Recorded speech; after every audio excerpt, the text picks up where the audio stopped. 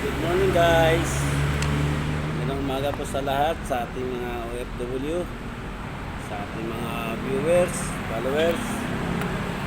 So bali sa umagang ito guys ay may gagawin tayong amplifier concert 300 watts. So bali ito yung main board ng amplifier niya guys. So ang una ko nakitang problema guys ay pinalawang na yung driver resistor ng speaker out nya. So bali ito yun guys, yan papakita kasi nyo, bali putol na yung isang terminal nya, kinakalawang. So guys, so yan,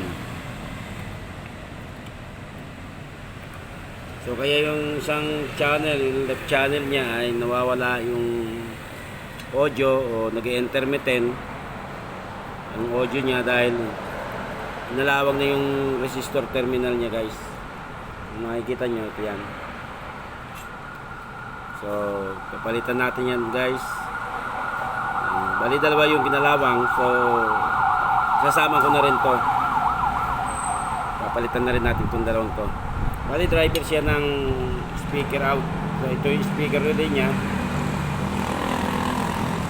So para yung power transistor niya guys, ito na-check ko na to. So, okay naman, walang problema sa power transistor output niya. Then pati yung mga driver ano niya, transistor. So okay naman. At ito mga resistor na 0.25 ohms, okay. So para yun lang nakita ko guys na problema. Then ito ay double check pa dito. Checkin natin itong mga O-amp resistor nya. Ito. Pag okay naman, so hindi na kailangan natin palitan. So, makikita nyo guys, 5 years na to. So kinakalawang na yung mga ano nya, terminal nya. So, makikita nyo guys, ito yung sira.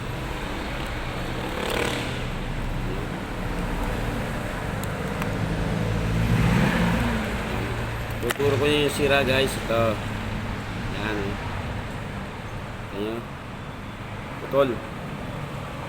Kasi ito putol na rin yan, nalawag na oh. So lahat na may mga kalawang guys na terminal ng piyesa, ito na resistor, ito nakalawang na rin. Kasi papalitan na natin ito. Then, may nakita pa rin akong garapata sa loob. Hindi ko alam bakit nagkaroon ng garapata. Siguro may aso silang alaga.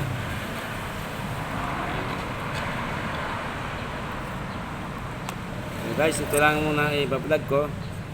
So bali, kunti naman nakita kong sira nito guys. So, hindi siya, yung may-ari nito hindi gagastos ng malaki. Ito yung kanyang case nya. Pakita ko lang guys.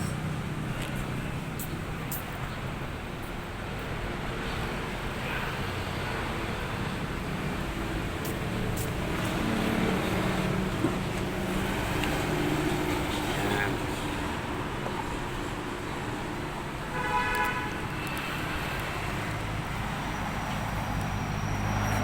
So ito yung power supply nya guys, yung donut power supply. So kita nyo puros mga dumi na, mga alikabok na. So sabi na may-ari ay 5 taon na to, 5 taon na ang buhat ng nabili niya. Tapos ito yung O-amp, pre-amp ng tone control sa baba. Yan. Ito sa mic to, yung pinakababa, preamp ng microphone 1, 2, 3. So tatlo yung microphone nya, tatlo yung volume, echo adjustment. Yan. Tapos ito yung mga tone control nya. So far di ko pa na-check tong tone control nya kung okay pa. So pag nilagyan na natin ng speaker saka supply, pag napalitan na natin yung pyesa na putol, yung pinalawang, So doon natin malalaman ang function to, kung ano pa yung mga ibang possible na sira.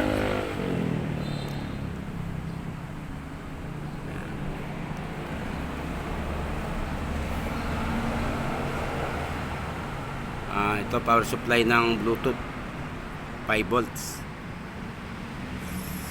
Ayan. So papunta siya dito. Ayan.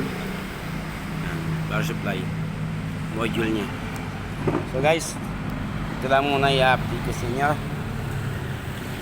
I-update ko na kayo sa sunod pag napalitan na natin ang pyesa at ating testingin. So bali Concerto 300 watts ang model nya. Ito.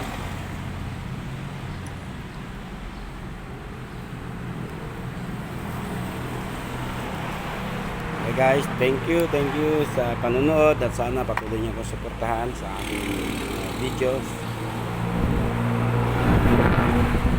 Ito na lang, papalitan na natin piyesa ito. Okay, thank you for watching guys at ingat po tayo palagi. Kasama tayo na roon sa sulok ng mundo. Lagi po kayong mag-ingat, lalo natin ng OFW kababayan. Thank you so much.